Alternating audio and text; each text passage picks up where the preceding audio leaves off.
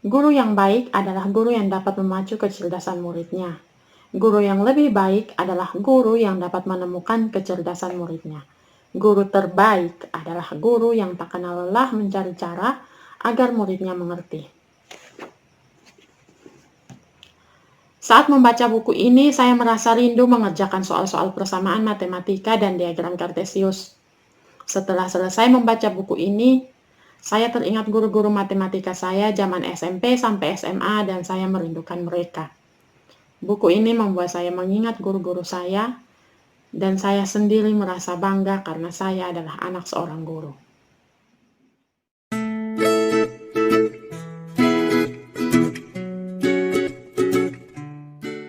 Halo, jumpa lagi di channel Priska Sylvia. Dalam video dunia buku kali ini, saya akan mereview salah satu buku yang saya baca bulan lalu, yaitu sebuah novel karya Andrea Hirata yang berjudul Guru Aini.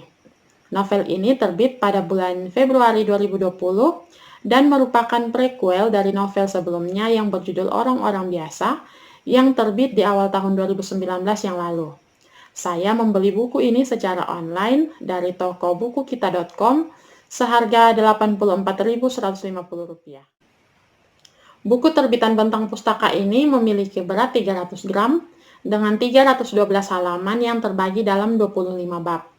Buku ini bercerita tentang seorang guru bernama Guru Desi dalam perjuangannya mengajar sebuah ilmu yang tidak disukai oleh sebagian besar murid, yaitu matematika. Dari judulnya sendiri saya sempat terkecoh. Judulnya Guru Aini. Awalnya saya berpikir bahwa buku ini bercerita tentang seorang guru bernama Aini. Ternyata dalam buku ini Andrea Hirata bercerita tentang perjuangan seorang guru mengajar muridnya yang bernama Aini. Di bagian depan buku ini ada gambar sepasang sepatu olahraga yang sudah lusuh. Kalau kalian melihat 3 garis merah yang berjajar ini, kalian tentu bisa menebak merek dari sepatu olahraga ini. Sepatu ini adalah ikon penting dalam cerita ini. Jadi ini adalah sepatu pemberian ayah Guru Desi pada saat Guru Desi akan berangkat menjadi guru matematika di sebuah daerah yang sangat jauh.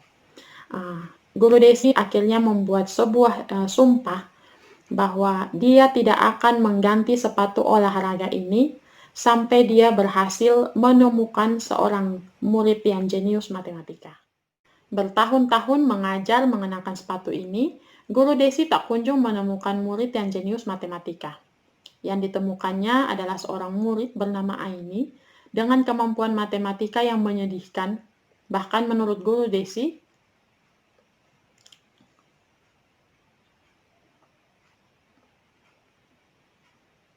bertahun-tahun mengajar matematika dengan mengenakan sepatu ini, Guru Desi tak kunjung menemukan murid yang jenius matematika. Yang ditemukannya adalah seorang murid bernama Aini dengan kemampuan matematika yang menyedihkan. Bahkan bagi Guru Desi, kehadiran Aini dalam kelasnya adalah sebuah penghinaan bagi Menteri Pendidikan. Sebegitu sulitnya matematika bagi Aini, hingga Aini selalu terserang sakit perut aneh yang tidak ada obatnya setiap kali jam pelajaran matematika dimulai. Ibunya Aini bernama Dina, ternyata dulunya juga adalah murid Guru Desi. Dina terkenal dengan teman-teman sekelompoknya yang dikenal dengan sebutan kelompok 9 yang punya kemampuan matematika sama menyedihkannya dengan Aini. Tapi ada istimewa dalam kelompok 9 ini, yaitu seorang anggotanya yang bernama Debut Awaludin. Debut Awaludin ini sebenarnya siswa yang jenius matematika yang membuat Guru Desi patah hati karena mengabaikan Guru Desi dan memilih untuk bergabung dengan kelompok 9. Dunia Aini berubah pada saat ayahnya yang adalah seorang penjual mainan anak-anak jatuh sakit.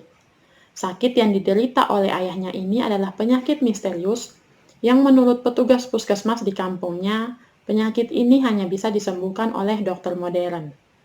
Aini pun bertekad belajar matematika karena menurutnya matematika adalah kunci menuju ilmu pengetahuan yang bisa membawanya menjadi seorang dokter.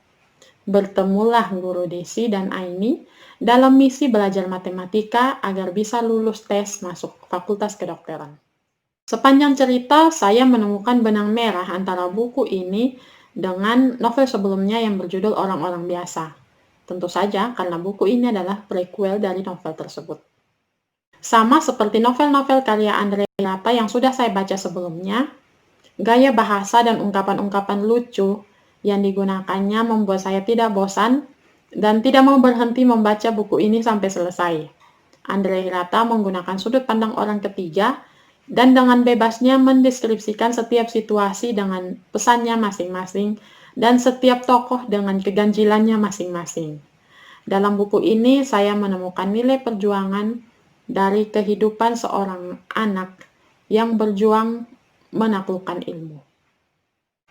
Yang menarik dari cerita dalam buku ini adalah perjuangan Guru Desi dalam mengajar muridnya Aini dari yang awalnya mendapat nilai menyedihkan dalam matematika hingga akhirnya bisa mengerti matematika dan bisa lulus dalam ujian masuk Fakultas Kedokteran.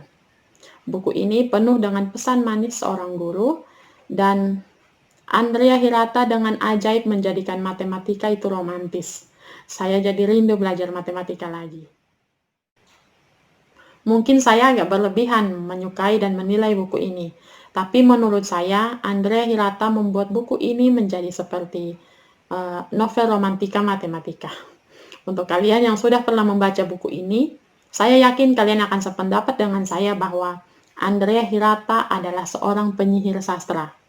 Kalau kalian belum membacanya, bacalah segera. Sekalipun kalian membenci matematika, saya yakin kalian tidak akan menyesal membaca buku ini. Demikian review saya, semoga kalian suka, dan nantikan video review selanjutnya. Dan jangan lupa dukung saya dengan cara klik tombol subscribe di bawah, bunyikan loncengnya supaya kalian tidak ketinggalan video-video terbaru saya. Tonton juga video-video saya yang lain, like, komen, dan share untuk teman-teman kalian jika kalian merasa video-video saya itu menarik dan berguna untuk orang lain. Salam semangat, salam sehat selalu, dan sampai jumpa di video selanjutnya.